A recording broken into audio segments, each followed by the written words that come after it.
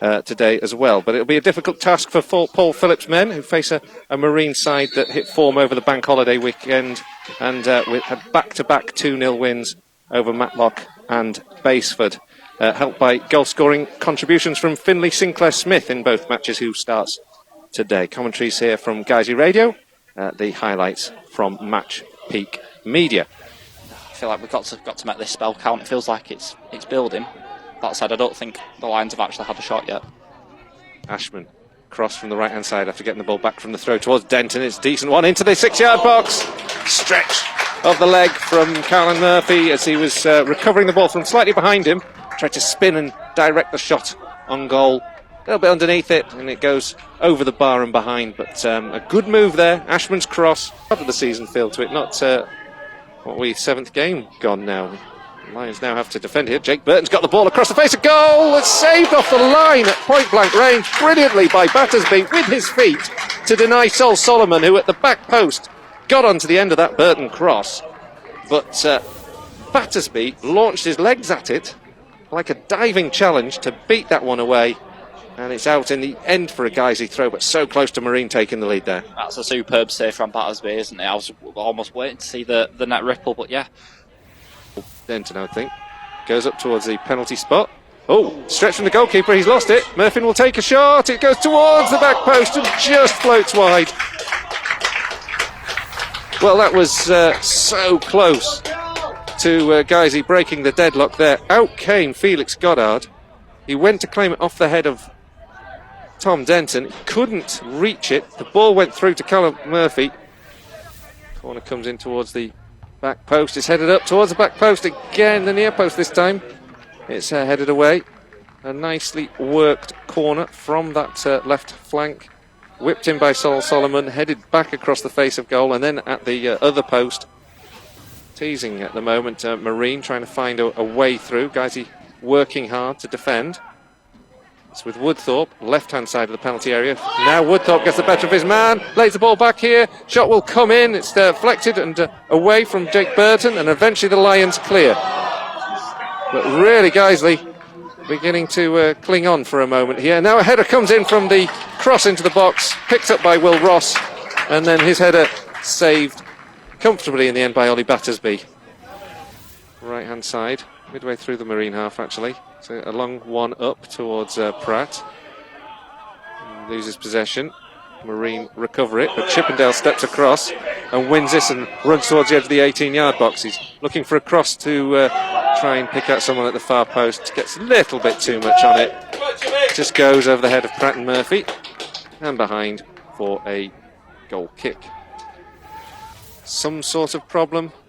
Ryan will float this one in. It goes up towards Eibel, who flicks on and behind. The referee calls time on a first 45 minutes with precious little to report, other than a fantastic save from Ollie Battersby to deny Solomon. It's been interesting, but fairly lacking in goalmouth action. At half-time, it's Guiseley 0, Marine 0. Guiseley have a four-man wall. This one curls in towards the top right-hand corner from Louis White, but that one lands on the top of the net and it goes behind for a goal kick. 50 minutes gone, 0-0. And now Marine have it down here on the right-hand side. Solomon plays it square.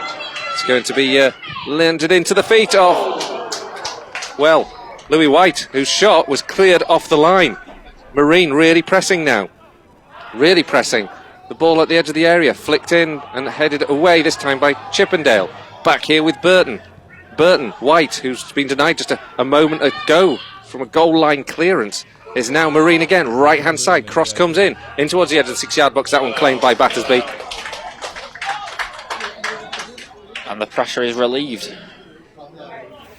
Now Miguel Vasel gets the ball, edge of the area. He's got a defender against him, goes past one, has a little turn, will try and get a shot away, does.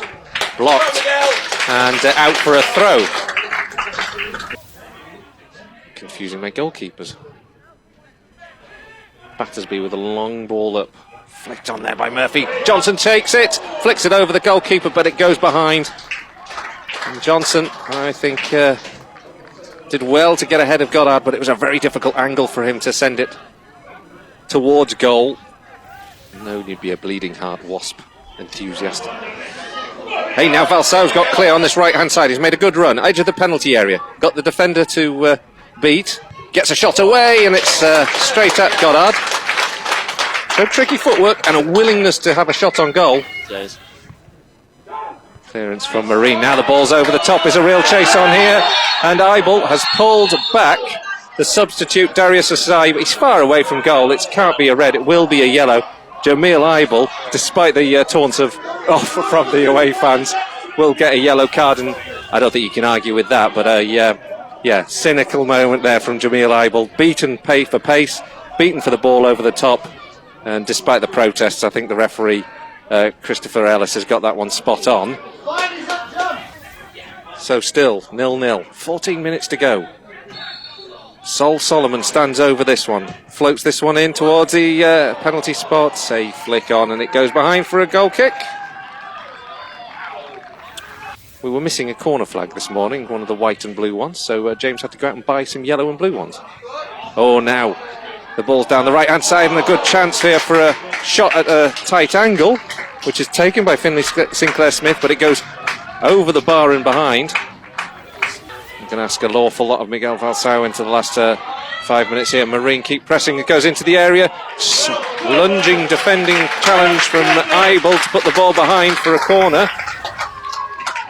It's a good block from Jamil Eibel. There's a really good cross into the box down the right hand side from Marine, and looks like it's troubling him again. Marine with the corner, right hand side. This one's floated into the back post. It's not, it's cleared off the line. Guys, he scramble it away. Scramble it away, and Marine within a whisker of earning their passage through to the second qualifying round there. How on earth has that stayed out of the net? The header back across it was Ashman who got a foot on it. But still time to play yet. Sinclair Smith will collect it, right hand side, plays it infield here. Cross could come in from Haid. Haid earns a corner. Marine urged on by their supporters behind the goal to our left. Not going to be equal to the challenge of Sol Solomon, but the referee calls time on a game. Marine possibly will feel more aggrieved about the draw than the Lions. They had the better chances with a ball scrambled off the goal line in the second half, and a brilliant reaction save from Ollie Battersby in the first. But as it is, we'll have to do it all again on Tuesday. It's finished here. Guiseley 0, Marine 0. Paul, on the one hand, we're still in the cup and it's 3 games unbeaten. On the other hand, the replay is not ideal. How do you feel about it? No, it's not. You'd rather be going to a replay than going out of the competition. We've made it hard for ourselves. Thought it probably a fair result. I thought both teams looked passive in what they did. Long throws, warm day. We huffed and puffed. Weren't really courageous in the midfield. We didn't get on the ball enough. Didn't get lads up the pitch. I thought it was too easy because we played Dents and Cal just to go route one. But again, we've had to change things. We've had to go to a back 4. We've had to play centre back at left back, as you've seen. Again, it's not ideal, but we can't keep making excuses. We've got to find out a way of winning games here. I just thought we was passive. We let the first half pass us by. We let them set the tempo. We sort of bowed down to them. Again, when the game passes you by like that, you've got to look at it and you want Carriage to stand up to them and change that. And I thought we didn't do today. Josh Ashworth, as you say, filled in at left back. I thought he had quite a good game, actually. Yeah. Listen, he can do that. Listen, my issue with Josh is his communication side. He's a big lad. He's got to go and win things. He's got to be vocal. But listen, he won't be at the club. I didn't think he was a good player. He come in pre-season, did really well. Had a little bit of a slow burner start to the season because other people stepped up. But I thought he did really well there. I just thought it was because of one of them games where they set up for the long throw and then everything slows down. I thought the emphasis was on us then to go and set the pace and go at them. But I think till Miguel came on, I didn't really see us do that. And a couple of times this season you've not been happy with the way we defended the box. We actually seemed to do that quite well today when they did get it over. We've worked on that. Listen, we've worked on that. Obviously, throws, corners, different other things you get to lung at you. And we worked on that. I wasn't happy. Like I say, the biggest thing for me today was the clean sheet. Defending wise, we did well. I thought we could have been a bit more organised in some things we did. Ollie come and punched a few. But I just think some people are paying in to watch football and paying in. We need to get them off our seats. And like I said, Miguel come on. That was everything we did was too slow and too reactive rather than acting on what we needed to do. I thought, get the ball to Miguel, get him at him, and listen, that's what kind of lad he is. And as I said, he's got people off the seats when he's come on. He could have scored a goal. But we need to pick ourselves up. There's a lot of bodies, injured bodies in there. Obviously, Gabby's come back on today, and we didn't really want to put him on, but we felt like there was no choice. Unfortunately, he's pulled up. Then Lee Williams got a bad tackle again in the corner, so we'll have to see how he is. You mentioned pre-season that you rate Miguel very highly, and you showed confidence in him today, but you gave him a good. He deserves it. Yeah, listen, deserves it. Yeah. Deserves it. He's got every right to start on Tuesday because, like I just said to the lads in there, he gets people off the seats. He wants to win the ball back. He's small in stature. He's got a massive heart.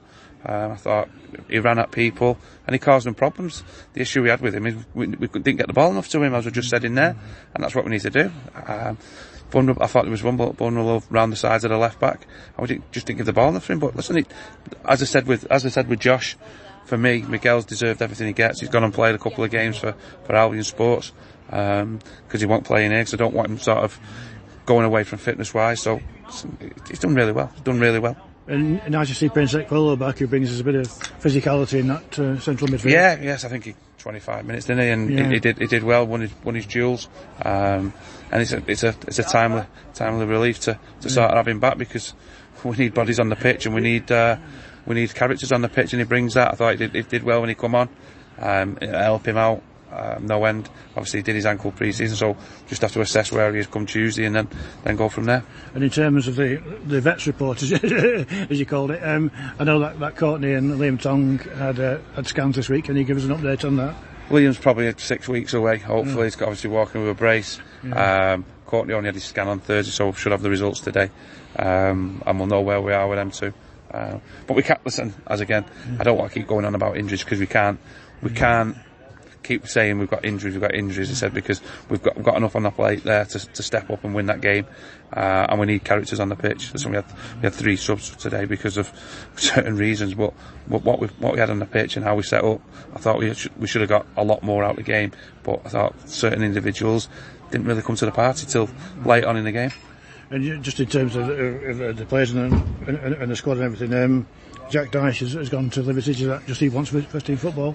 It's an hard one, because we didn't want Jack to go, but especially at this time with the body situation. But you can't stand in the lad's way. He's not had enough game time. He's a great lad. He's trained well, out before every game, doing his running.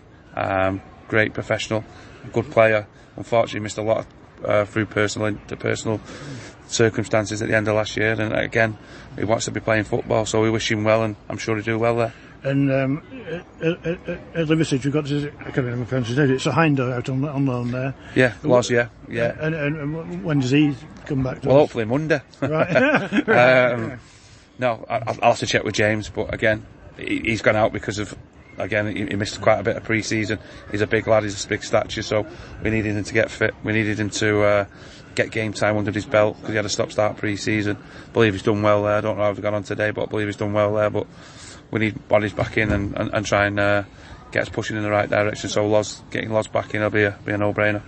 Obviously, the replay at Marine on Tuesday. I mean, last year in the league game, we had a fantastic last 20 minutes. We scored 3 in the last 20, and hope for some more of that. Yeah, listen.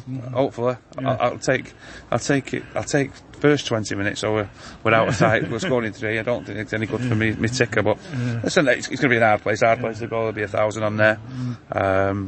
Really? Screaming Scousers. So listen, I've played there. I know it's quite an intimidating place to go, but we've got to stand up to it. We're getting a lot thrown at us adversity wise, but I said to the group before the game that when things are going and tough goings comes around, you've got to stick together and come out fighting, and hope we can do that Tuesday evening.